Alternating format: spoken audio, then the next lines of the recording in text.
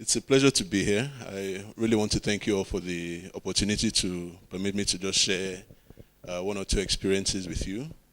The person who brought me here is a lady at the back there, Donna, and she reminded me of my obligation recently. So forgive me if I'm just going to speak from the heart rather than giving anything prepared. But the thing that really struck with me for this occasion, the concept of the cross, is the theme, which is in Christ, be all you truly are. In Christ, be all you truly are. And I just want to ask, maybe even through a show of hands, that how many people can really say that they're maximizing their potential? How many people can really say that they're fulfilling the destiny or the plan that God has for them? Anybody? There's nobody in the room that feels they're, okay, somebody there, two people. But it's still a minority. So it shows that we still feel that there's a way to go. That there's still things that God has planned for us that we have not quite achieved yet. And as Pastor Olashore was saying earlier on, what are the things that we need to do that can allow us to touch and grasp what those things are, so that we too can be all that we truly are? So I'm just going to share my own story. And I suppose the reason why Donna thought of me for the concept of the cross is I'm a writer. And the journey that I used to get here was not a straight one, because I didn't set out to be a writer. But it's something that I'm enjoying doing. And it's something that I'm fulfilled doing. And it's something that by the grace of God, I'm able to support my family with. And this is a lesson that I hope that in other fields, that whatever you are doing, that you can also take the joy to do that. Now, the only thing that has got me here, allowed me to be a writer, is my imagination. My imagination. And I'm stressing on that because one of the things I've noticed in Nigeria today is that we're lacking imagination. We're suffering from a lack of imagination. You ask people today, what are you? What do you do? They say, I'm a hustler. Hustler. What school did you go to go and study to become a hustler? Who was your professor there? What course did you do to study hustling? And it goes back to what Pastor Olashore was saying. We want to do everything. We want to sell clothes. At the same time, we're keeping our job 9 to 5. At the end of that, we want to support our wife who has opened a shop in front of the house. We want to be doing buying and selling. How many things can we do? And how many of those things are we enjoying? Because as you're doing one, the other one must suffer. There's no way that you can be doing all of them equally and paying attention to them. And I too am guilty, because me too I'm a hustler. There are things that I'm doing. Somebody comes that, they want me to do some work for them, maybe write a piece. Okay, I'll do it. So we don't even ask again, what is your competence? Do you have a background in this? Anything, is it a contract? Yes, I just bring them. I feel done. But we're diluting the quality of what we're doing. And we're also not fulfilling our potential. Because in the midst of that, you must always ask yourself, what do I enjoy doing? What are the things that make me happy?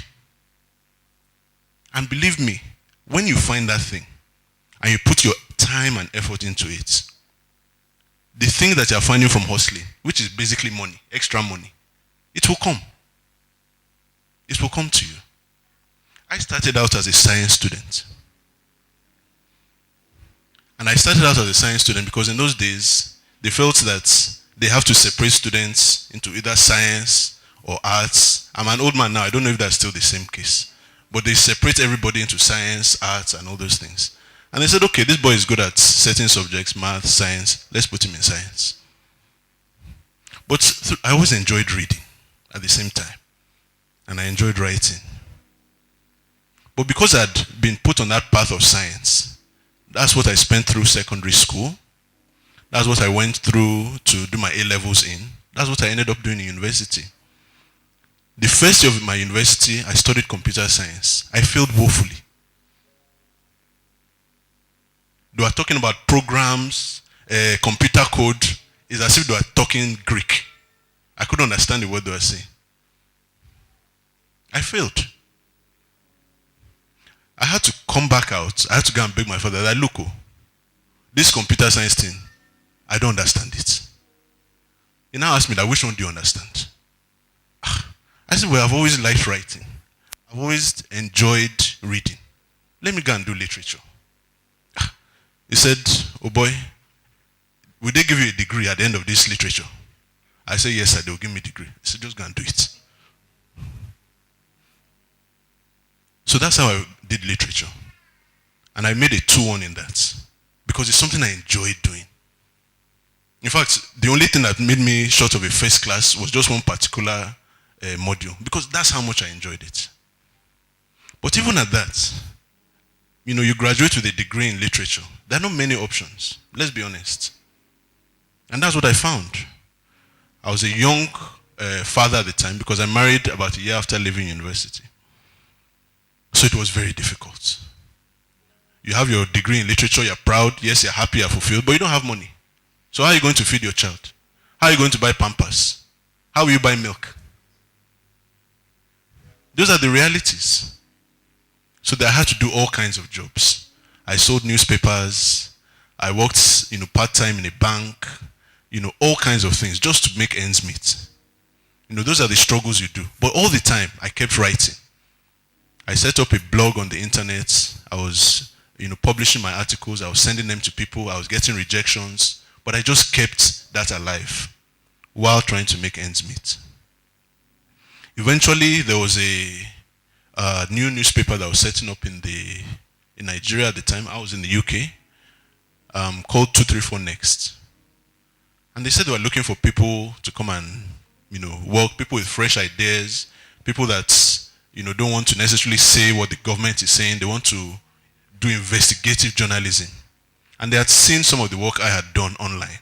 Again, because I had kept that dream alive, somebody out there had seen it. Somebody had contacted me.